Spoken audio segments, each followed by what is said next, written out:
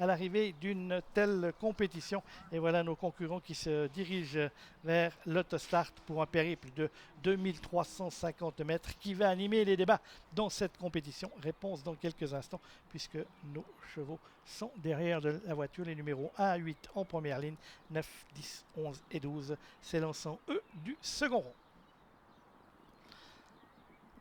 Voilà la voiture qui est prête et qui lâche les concurrents. Et on suit avec Vlifoni qui était parti très rapidement, tout comme John. Natov également bien parti et le 2 Basilov qui se retrouve aux avant-postes. Mais maintenant c'est John qui fait l'effort. Et pour aborder le premier virage, c'est le numéro 4 John qui va s'installer au commandement précédent. Vlifoni, le numéro 6, en est là également bien placé avec le 2 Basilov côté corde. Et Natov étant également dans la bagarre, tout comme l'As de Kenor avec à l'extérieur le numéro 12 Vino Pagri obligé d'aller en dehors. Quant au numéro 7 Drop de Corday, il a assuré ses premiers mètres de course. Il se trouve dans le dernier tiers du peloton, tout comme le numéro 5 Donils Rock. Mais maintenant on peut... Drop de Corday, le numéro 7, va venir se porter à la hauteur du numéro 5 Donils Rock. Il était plus nécessaire de rouler en troisième épaisseur.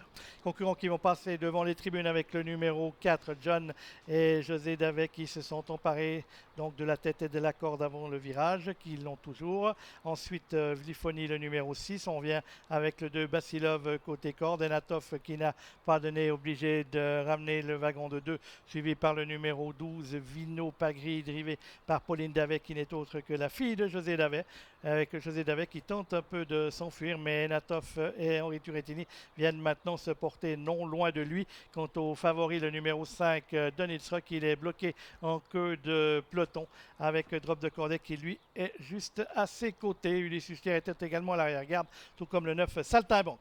Les concurrents qui abordent la ligne opposée, toujours sous le commandement du numéro 4 John qui a le meilleur, et Natov venant toujours en deuxième position mais pouvant se rabattre dans son sillage.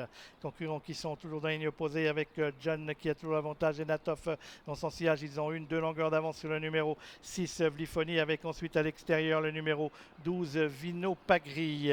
Un duo pour aborder bientôt le tournoi final avec John, le numéro 4, suivi comme son ombre par le numéro 3 Natov. C'est un peu de souci pour le grandissime favori, le numéro 5 Donils Rock qui sort maintenant de l'arrière-garde et qui entame l'effort pour venir bientôt dans le dernier tournant. Mais les deux chevaux de tête ont fait le trou et c'est toujours John qui emmène sur un plateau le numéro 3 Natov qui a le parcours de rêve. Vlifoni, lui, rentré dans le rang, va être débordé certainement par ses rivaux qui viennent à l'extérieur, notamment le numéro 11 Global Spotify qui se rapproche très vite, tout comme Basilov. On voit Donils Rock pointer ses naseaux à l'extérieur pour entrer en 6e ou 7e position dans la ligne droite.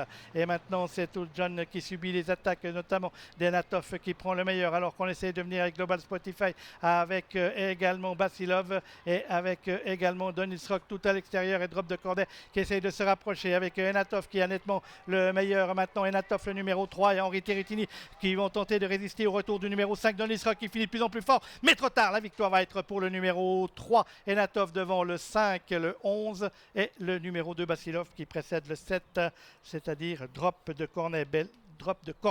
Belle victoire du numéro 3 Enatov, le fils de Ridicage, drivé par Henri Turettini qui s'impose plaisamment dans cette compétition devant le numéro 5 Donils Rock, longtemps à l'arrière-garde, qui a tracé un magnifique une magnifique fin de parcours pour s'octroyer l'accessible d'honneur. Troisième place pour le numéro 11 Global Spotify, venu faire illusion au début